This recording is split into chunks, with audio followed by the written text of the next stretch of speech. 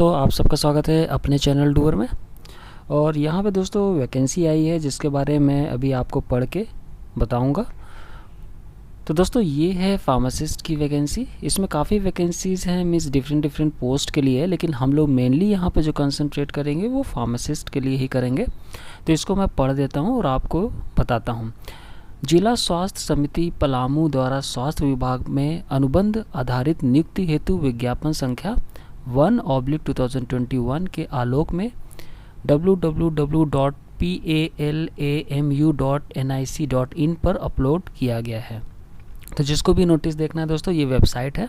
इच्छुक एवं योग्य अभ्यर्थी विज्ञापन में दिए गए पद एवं अर्हता के अनुसार निबंध डाक से निर्धारित अंतिम तिथि, तो दोस्तों उसकी जो लास्ट डेट ऑफ सबमिशन है एप्लीकेशन की वो है 20 जुलाई 2021 तक असैनिक शल्य चिकित्सक सह मुख्य चिकित्सा पदाधिकारी पलामू के कार्यालय में भेजना सुनिश्चित करें।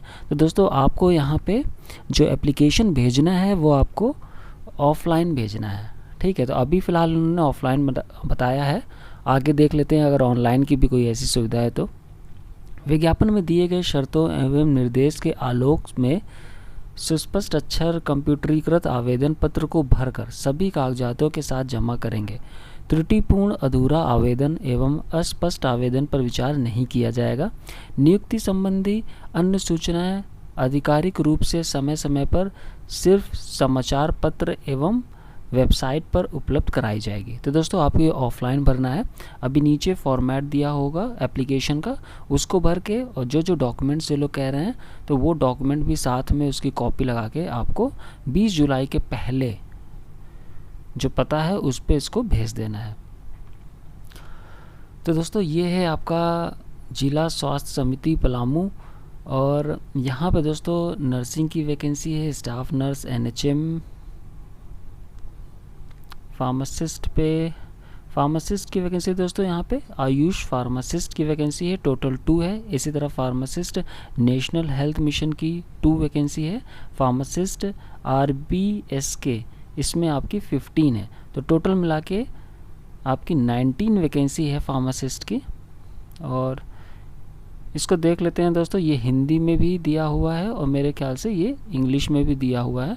तो यहाँ पे आपको एलिजिबिलिटी वगैरह मैं आपको पढ़ के बता देता हूँ। तो जो आयुष फार्मासिस्ट है तो इसका जो एसेंशियल क्वालिफिकेशन है वो आयुर्वेदिक कंपाउंडर के लिए diploma in Ayurvedic pharmacy from government recognised institute से होना चाहिए। और यूनानी कंपाउंडर के लिए diploma in Unani pharmacy from government recognised institute. Homoeopathic compounder के लिए diploma in homoeopathic pharmacy from government recognised institute. और जो सैलरी है वो रहेगी आपकी 10,000। जो फार्मासिस्ट लगेंगे नेशनल हेल्थ मिशन में और जो फार्मासिस्ट RBSK में लगेंगे उनके लिए एसेंशियल क्वालिफिकेशन है डिप्लोमा होना चाहिए in pharmacy from government recognised institute, should have registered under Jharkhand state pharmacy council. और कंप्यूटर प्रोफिशिएंसी होना चाहिए MS ऑफिस एंड इंटरनेट। तो दोस्तों आपके पास डिप्लोमा होना चाहिए और आपके पास जो रजिस्ट्रेशन होना चाहिए वो झारखंड स्टेट फार्मेसी काउंसिल का होना चाहिए। कंप्यूटर में आपको हल्का फुल्का नॉलेज होने से चलेगा। ये है दोस्तों आपका आवेदन हेतु विहित प्रपत्र, मीन्स ये है आपका एप्लीकेशन, इसको आपको भरना है। यहाँ पे आपका नाम आ जाएगा, पद का नाम पहले तो आपको यहाँ पे जिस लिए आप भर रहे हो, अगर जैसे आप फार्मासिस्ट RBSK भर रहे हो तो वो आपको मेंशन करना है। अगर आयुष फार्मासिस्ट भर रहे हो तो वो मेंशन करना है। तो आप पद का नाम डालोगे। फिर दोस्तों आवेदक का नाम, मीन्स आपका नाम यहाँ पे आएगा। फिर पिता पति का नाम जो भी यहाँ पे है, अगर आप शादीशुदा अभी नहीं हैं तो यहाँ पे पिता का नाम आएगा। फिर आपकी जन्म तिथि आएगी।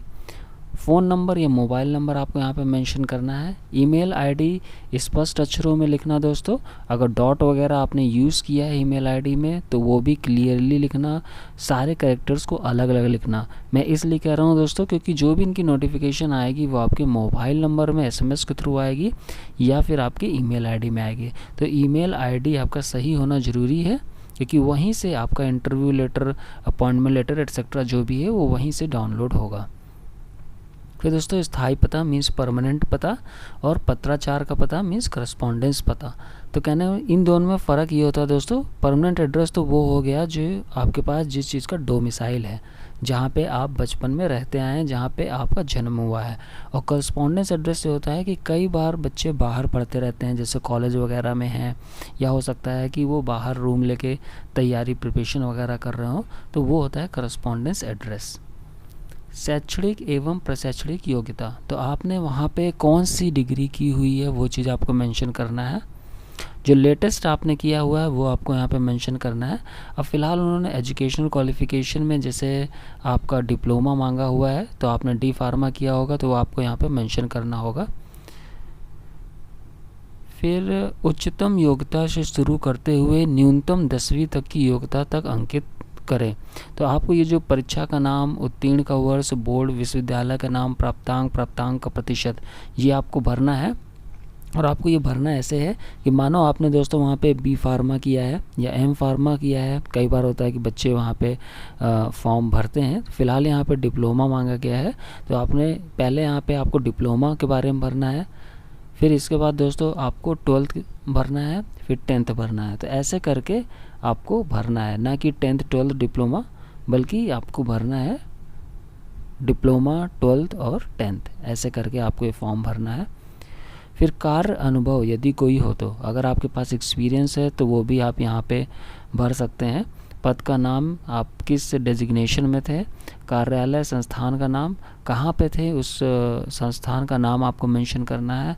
अनुभव तिथि अंकित करें, कब आपने ज्वाइन किया और कब तक आप वहाँ पे रहें, तो ये चीज़ आपको यहाँ पे मेंशन करना है। श्रेणी, आपकी क्या श्रेणी है, मीन्स आप जनरल कैटेगरी में हो, ओबीसी में हो, एससी में हो, एसटी में हो, तो जिसमें भी हो दोस्तों उसको आपको यहाँ पे टिक करना पड़ेगा। शारीरिक रूप से विकलांग आप हैं तो हाँ पे टिक करिए, और नहीं है तो फिर आपको नहीं पे करना है। और अगर आपने यहाँ पे हाँ पे टिक कर रहे हो कि हाँ आप फिजिकली हैंडीकैप्ड हो, तो आपको सिविल सर्जन स्तर से अपना प्रमाण पत्र जो आपका होना चाहिए वो सिविल सर्जन के स्तर के से या फिर उसके ऊपर का कोई होगा तो उसको वही अटेस्ट करेगा। फिर घोषणा मीन्स आप यहाँ पे ये चीज़ इनको कह रहे हो कि उपरोक्त सभी सूचनाएं मेरी जानकारी में सही हैं, किसी भी स्तर पर सूचनाएं गलत पाए जाने पर मेरी उम्मीदवारी रद्द की जा सकती है। यहाँ पे तिथि आएगी मीन्स डेट आएगा, फिर यहाँ पे आपको स्थान मीन्स जिस प्लेस में भी आप ये एप्लीकेशन भर रहे हो आपको यहाँ पे स्थान डालना है। यहाँ पे आपके सिग्नेचर आ जाएंगे आवेदक के हस्ताक्षर पे। तो दोस्तों ये है आपका एप्लीकेशन जो आपको 20 जुलाई के पहले वहाँ पे भेजना है। और आपको भेजना कहाँ है, असैनिक शल्य चिकित्सा सह मुख्य चिकित्सा पदाधिकारी पलामू पे। और इसका एड्रेस दोस्तों जो है वो यहाँ पे दिया हुआ था, मैं आपको बता देता हूँ। आप इसको ऐसे भेज सकते हो दोस्तों, यहाँ पे जो दिया हुआ है, आवेदन पत्र निबंधित डाक एवं स्पीड पोस्ट के माध्यम से असैनिक शल्य चिकित्सक सह मुख्य चिकित्सा पदाधिकारी पलामू। आप जब ये एड्रेस उसमें लिखोगे तो ये वहाँ पे पहुँच जाएगा। तो ये एड्रेस पे आपको ये एप्लीकेशन भरना है, साथ में जितना भी आपने वहाँ पे डिप्लोमा 12th 10th जो भी आप वहाँ पे मेंशन कर रहे हो, फिर आप एक्सपीरियंस सर्टिफिकेट भी आपको लगाने पड़ेंगे जो आपने वहाँ पे मेंशन किया है। उस पर साफ साफ ये चीज़ मेंशन होना चाहिए कि किस तारीख से आपने वहाँ पे शुरू किया, कब तक वहाँ पे आप कार्य कर रहे हैं। और अगर किसी संस्था में आप अभी भी कार्य कर रहे हैं तो दोस्तों वहाँ से आपको नो ऑब्जेक्शन सर्टिफिकेट भी लेना पड़ेगा उस कार्यालय से, और वो भी यहाँ पे साथ में भेजना पड़ेगा एप्लीकेशन के। तो दोस्तों अगर इस एप्लीकेशन में अगर आपको कोई प्रॉब्लम महसूस होती है तो ज़रूर कमेंट करके पूछिएगा, मैं ज़रूर आपको वहाँ पे रिप्लाई दूंगा। फिलहाल के लिए दोस्तों ये चैनल आप सब्सक्राइब कर लीजिए, बेल आइकन जरूर प्रेस करिएगा ताकि जो भी वीडियो हम आगे लाते हैं उसका नोटिफिकेशन आपको मिल जाए। Thank you, take care, bye.